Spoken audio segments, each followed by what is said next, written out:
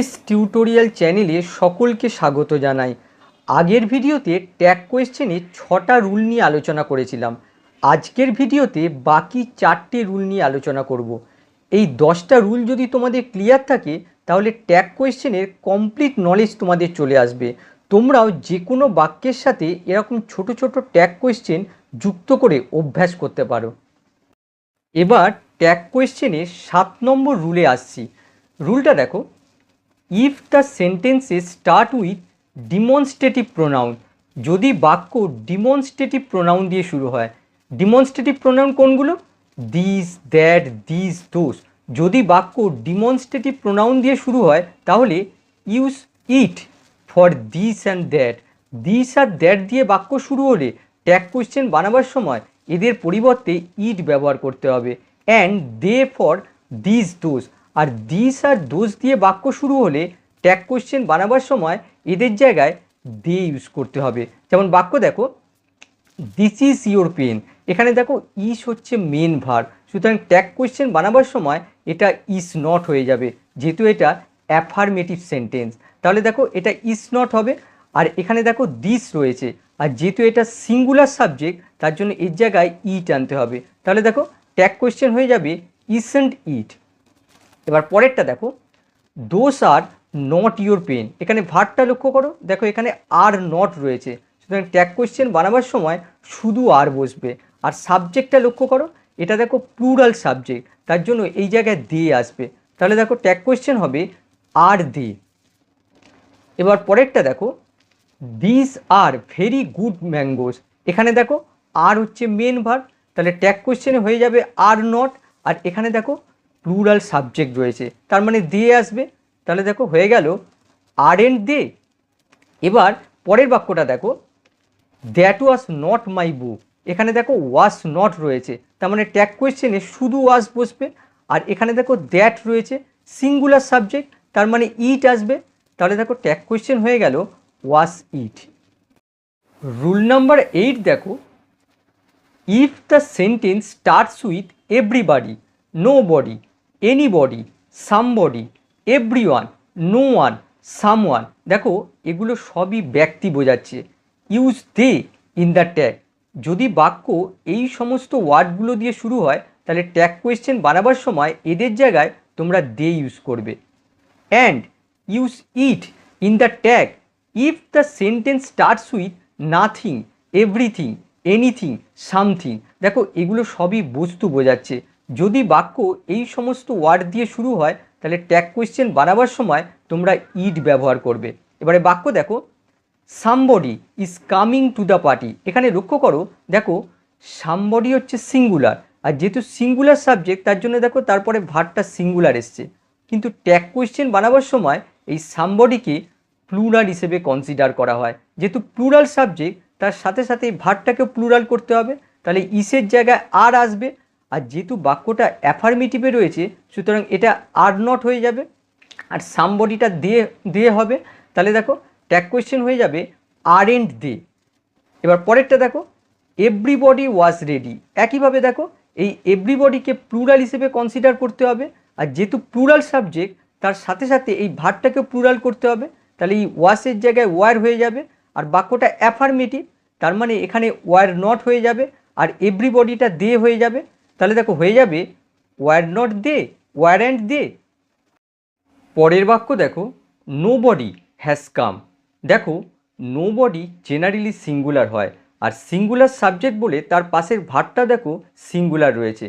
কিন্তু ট্যাগ কোয়েশ্চেনের ক্ষেত্রে এই নো বডিকে প্লুরাল হিসেবে কনসিডার করা হয়, আর প্লুরাল সাবজেক্ট বলে তার পাশের ভার্বটাকেও প্লুরালে রাখতে হবে। তাহলে দেখো এই হ্যাজটা হ্যাভ হয়ে যাবে, আর বাক্যটা যেহেতু নেগেটিভে রয়েছে তার জন্য এটা হ্যাভই থাকবে, আর নো বডিটা দে হয়ে যাবে। তাহলে দেখো ট্যাগ কোয়েশ্চেনটা হবে হ্যাভ দে। এবার পরেরটা দেখো, no one knows the answer. এখানে ভার্বটা লক্ষ্য করো, দেখো রয়েছে নোজ, তাহলে রুল অনুযায়ী আমরা জানি এই জায়গায় ডাজ আসবে। কিন্তু দেখো এখানে নো ওয়ান রয়েছে, ট্যাগ কোয়েশ্চেনের ক্ষেত্রে এই নো ওয়ানকে প্লুরাল হিসেবে কনসিডার করা হয়, আর প্লুরাল সাবজেক্ট হলে এই ভার্বটাকেও প্লুরালে নিয়ে যেতে হবে। তাহলে দেখো ডাজের জায়গায় এটা ডু আসবে, আর বাক্যটা যেহেতু নেগেটিভে রয়েছে তার জন্য এটা ডুই থাকবে, আর নো ওয়ানটা দে হয়ে যাবে। তাহলে দেখো ট্যাগ কোয়েশ্চেনটা হবে ডু দে এবার পরেরটা দেখো, এভরিওয়ান হ্যাজ আ মাদার। এখানে ভার্বটা দেখো হ্যাজ রয়েছে, হ্যাজ এখানে মেন ভার্ব হিসেবে ইউজ হয়েছে। আমরা জানি যে হ্যাজ, হ্যাভ, হ্যাড এগুলো যদি মেন ভার্ব হিসেবে ইউজ হয় তাহলে ট্যাগ কোয়েশ্চেনের ক্ষেত্রে ডু, ডাজ, ডিড আনতে হয়। তাহলে এক্ষেত্রে আমাদের ডাজ আনতে হবে, কিন্তু তার পাশে লক্ষ্য করো এভরিওয়ান। ট্যাগ কোয়েশ্চেনের ক্ষেত্রে এই এভরিওয়ানকে প্লুরাল হিসেবে কনসিডার করা হয়, যেহেতু এটা প্লুরাল সাবজেক্ট তার পাশে ভার্বটাকে প্লুরাল রাখতে হবে। তাহলে দেখো এই ডাজের জায়গায় এখানে ডু আসবে, আর বাক্যটা যেহেতু অ্যাফার্মেটিভে রয়েছে সুতরাং এটা ডু নট হয়ে যাবে আর এভরিওয়ানটা দে হয়ে যাবে। তাহলে দেখো ট্যাগ কোয়েশ্চেন হবে ডোন্ট দে। এরপরে দেখো নাথিং ইজ ইম্পসিবল। দেখো বাক্যটা নেগেটিভে রয়েছে, তার মানে এই ইজটা ইসই থাকবে, আর নাথিং যেহেতু বস্তু বোঝাচ্ছে তার জন্য এই জায়গায় আমাদের ইট ব্যবহার করতে হবে। তাহলে দেখো ট্যাগ কোয়েশ্চেন হয়ে যাবে is it.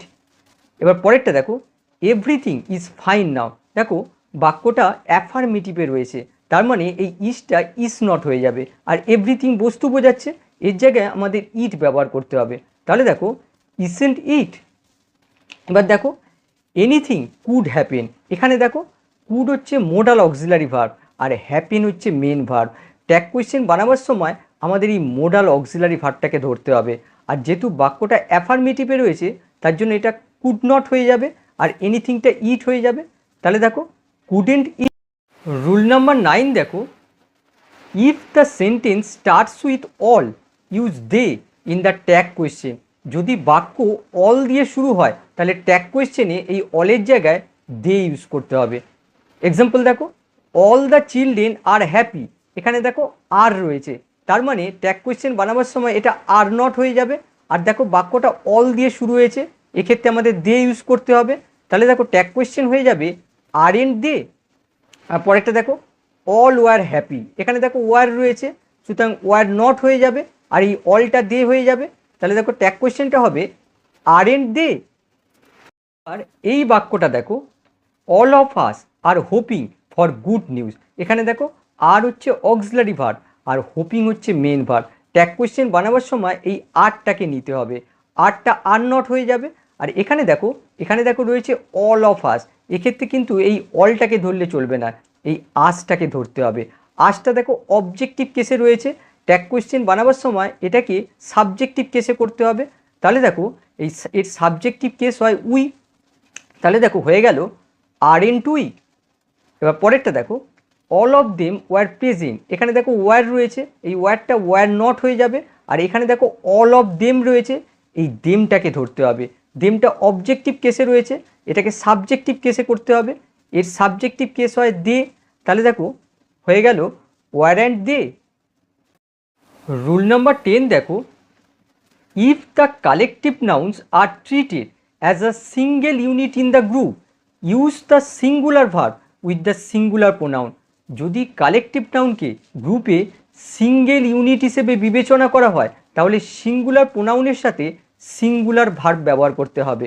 But if the collective nouns are treated individually, use the plural verb with the plural pronoun.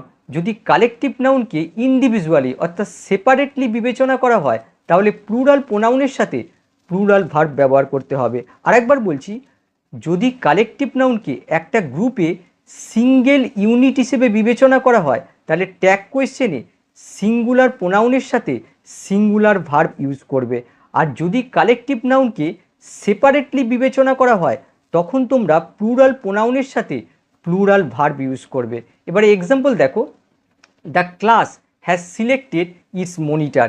এখানে দেখো বোঝাচ্ছে ক্লাসে সকলে মিলে একজন মনিটরকে নির্বাচন করেছে, তার মানে ক্লাসকে এখানে সিঙ্গেল ইউনিট হিসেবে বিবেচনা করা হয়েছে, সেই কারণে সিঙ্গুলার প্রোনাউনের সাথে সিঙ্গুলার ভার্ব ইউজ করতে হবে। তাহলে এখানে দেখো হ্যাজ রয়েছে সুতরাং হ্যাজই রাখতে হবে, আর বাক্যটা যেহেতু অ্যাফার্মেটিভে রয়েছে তার জন্য এটা হ্যাজ নট হয়ে যাবে, আর ক্লাসটা দেখো সিঙ্গুলার তার জন্য এর জায়গায় আমাদের ইট ইউজ করতে হবে। তাহলে দেখো ট্যাগ কোয়েশ্চেন হয়ে যাবে হ্যাজেন্ট ইট। পরেরটা দেখো, the class have not submitted their math copy yet.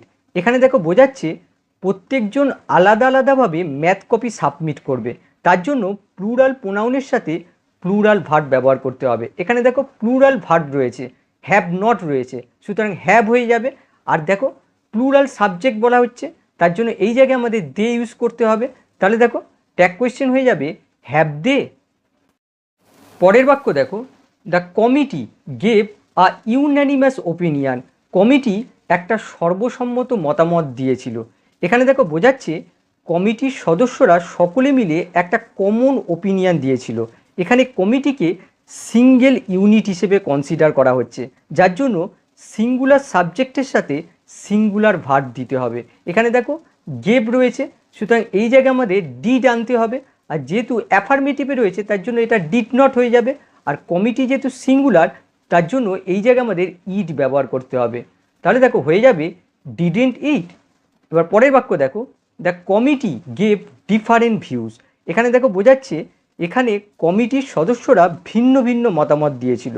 এক্ষেত্রে প্লুরাল সাবজেক্টের সাথে প্লুরাল ভার্ব দিতে হবে।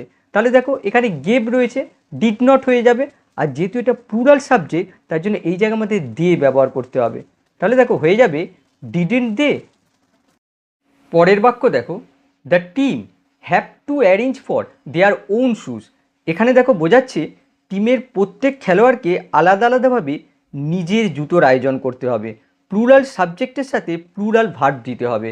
এখানে দেখো হ্যাভ মেন ভার্ব হিসেবে ইউজ হয়েছে। আমরা জানি যে হ্যাভ যদি মেন ভার্ব হিসেবে ইউজ হয় তাহলে ট্যাগ কোয়েশ্চেনের ক্ষেত্রে ডু ব্যবহার করা হয়। আর যেহেতু বাক্যটা অ্যাফার্মেটিভে রয়েছে তার জন্য এটা ডু নট হয়ে যাবে। আর সাবজেক্টটা দেখো প্লুরাল, এই জায়গায় আমাদের দে ইউজ করতে হবে। তাহলে দেখো ট্যাগ কোয়েশ্চেনটা হয়ে যাবে ডোন্ট দে।